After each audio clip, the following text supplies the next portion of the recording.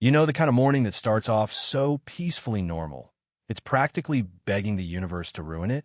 That was me, standing in my driveway, mug of hot coffee in hand, key ready to check the mailbox like I had every day for nearly a decade. Only this time, something was wrong. The neat row of mailboxes that lined the curb? Mine wasn't there. Instead, it was hidden behind a fortress of potted plants, a massive wooden trellis, and two smug-looking cement gnomes that seemed like they'd just witnessed something indecent. My mailbox had been entombed. Literally. I blinked, walked forward, ran my hand along the trellis. This wasn't some seasonal decoration, it was a barrier. The gnomes were cemented into their posts. Solar lights were coiled around everything like it was a sacred shrine to neighborhood aesthetics. Then I saw her. Meredith Caldwell. Bob blonde hair, oversized sunglasses, floral blouse straight out of a gardening show, and that unmistakable smugness. She was across the street, watering her lawn without even looking at it, eyes locked on me with a grin that practically screamed, "What are you going to do about it?" I didn't react. Not yet. Just kept inspecting the blockade, like I might find some hint it was temporary. It wasn't. That's when Meredith strutted over, pitcher of lemonade in hand, like she was throwing a summer brunch. No hello. No good morning. Just a head tilt and a comment that my eyesore of a mailbox was dragging down property values. "Don't worry," she said. "Your little mail can go to the depot. I already told the HOA it's taken care of." "You're welcome."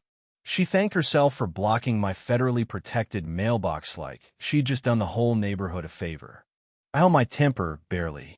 Told her interfering with mail delivery wasn't just inconsiderate, was a federal offense.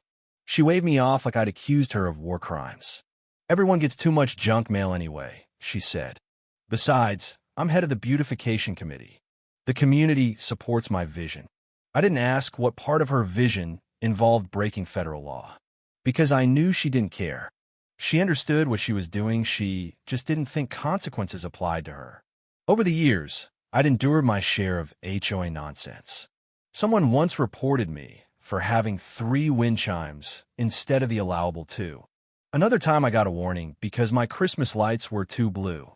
But this was calculated. This was personal. And unfortunately for her, it was also very, very stupid. What Meredith didn't know was that I'm not just a guy who checks his mail every morning. I'm the regional postmaster for this district. I oversee mail routes, delivery policy, facility operations, and the enforcement of federal postal regulations. She had picked the worst mailbox in the entire state to mess with. Still, I didn't say anything. I went back inside and drafted a formal notice, citing the specific postal code she had violated. Printed it on official USPS letterhead, sealed it in a plastic sleeve, and walked it across the street. No drama, just facts. I clipped it to her trellis and walked away. That afternoon, I heard laughter from outside. Meredith had called over a few of her HOA pals, and they were gathered around the notice, snickering like middle schoolers. One of them actually snorted. Then Meredith ripped the letter down, crumpled it theatrically, and dropped it into a pastel trash can labeled Meredith's Garden Karma. She took a selfie with the balled-up notice and posted it in the HOA Facebook group with a caption, "Another angry man triggered by beautification. Keep your weeds off my vibe." I felt my blood rise not from the insult, but from the gall of it all. I'd warned her, gave her a chance to fix it. Instead, she doubled down and made it public. Neighbors commented with laughing emojis. One said, "Classic Meredith." I knew right then this wasn't going to be resolved with diplomacy. She wanted to fight. And now she dragged in an audience. So I filed the necessary paperwork. Suspended mail delivery for the entire block due to obstruction and safety concerns. Rare, but entirely within my jurisdiction. I submitted photos, the ignored warning, and public posts. Everything documented. Mail would be held until the situation was resolved. By the next morning it began. The mail truck drove by without stopping. Boxes remained empty. Neighbors started asking questions. Meredith didn't miss a beat. Told everyone the truck probably broke down. Then added, "That guy across the street's been making trouble." The gaslighting had begun. By the evening, the whole block was buzzing. People were whispering, texting, asking around. A woman named Dana, who just moved in a month earlier, messaged me privately asking if the rumors were true. I sent her the photos and the official notice. 10 minutes later, she forwarded me a screenshot of Meredith's response to her. I handled the mailbox situation personally. It was necessary. Some people are just territorial. Dana replied, she's treating the federal mail system like a lawn gnome accessory. And it only got worse. A retired teacher down the street, Mrs. Peterson, didn't get her crossword magazine or her insulin supplies. She knocked on Meredith's door, visibly upset. Meredith smiled sweetly and said, maybe the mailman's just being lazy. Another neighbor, Mr.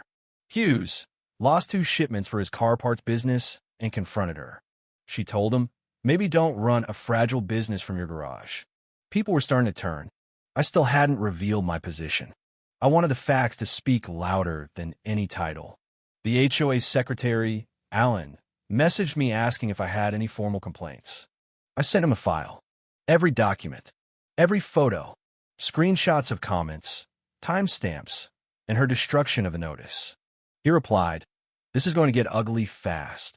Then came the turning point. Ricardo, a young businessman on the corner, missed the delivery of his passport. He had an overseas client meeting scheduled. When he found out why the mail had stopped, he stormed up to Meredith's door and threatened legal action. She told him she'd fine him for public disturbance. That night, the HOA board called an emergency meeting without Meredith. For the first time in years, she wasn't the one running it. The power shift was happening.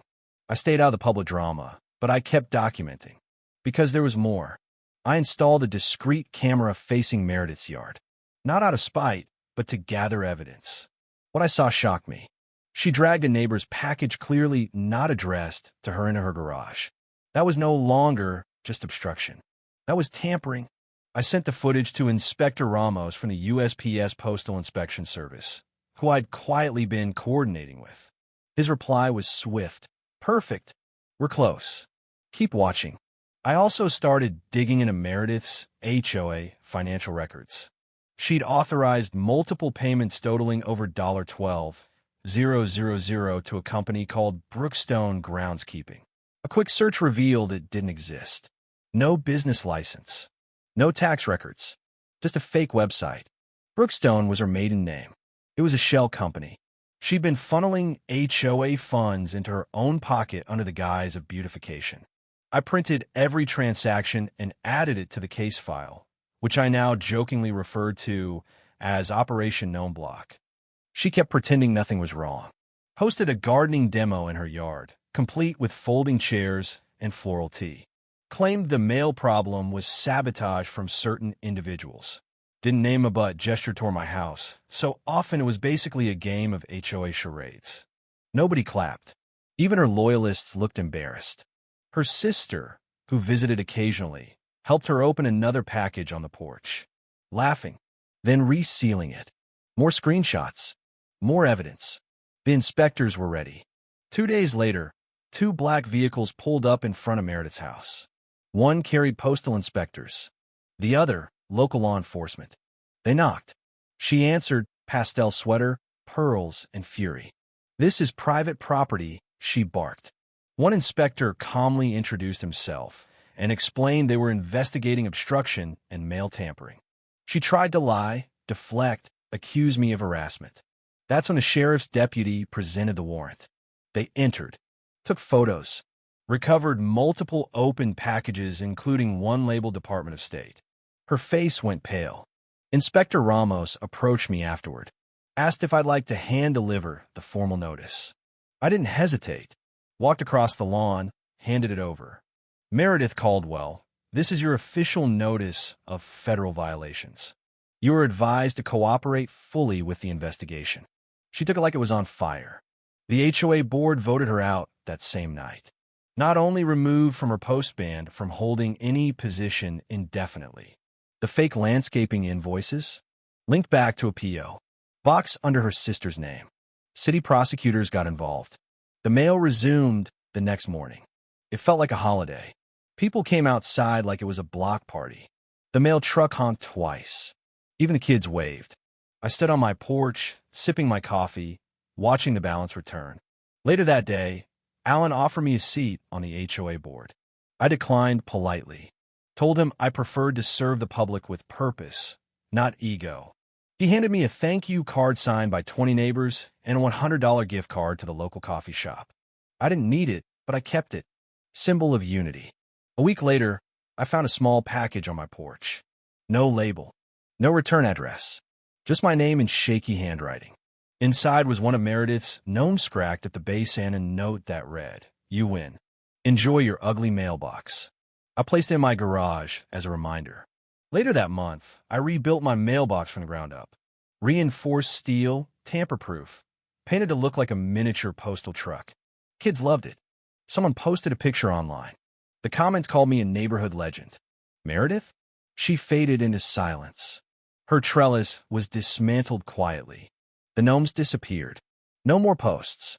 No more power. She tried to erase her reign like it never happened. But we remembered. We remembered what happens when arrogance meets accountability. I didn't scream. I didn't threaten. I followed the law. Let the truth shine. And when it did, it burned down her illusion of control, leaving only the facts behind. Now, when I sit on my porch with my coffee and the mail truck rolls by, I don't just feel satisfaction, I feel peace. Meredith may have blocked my mailbox, but in the end, she only blocked herself. And that's the kind of story you can deliver with a smile.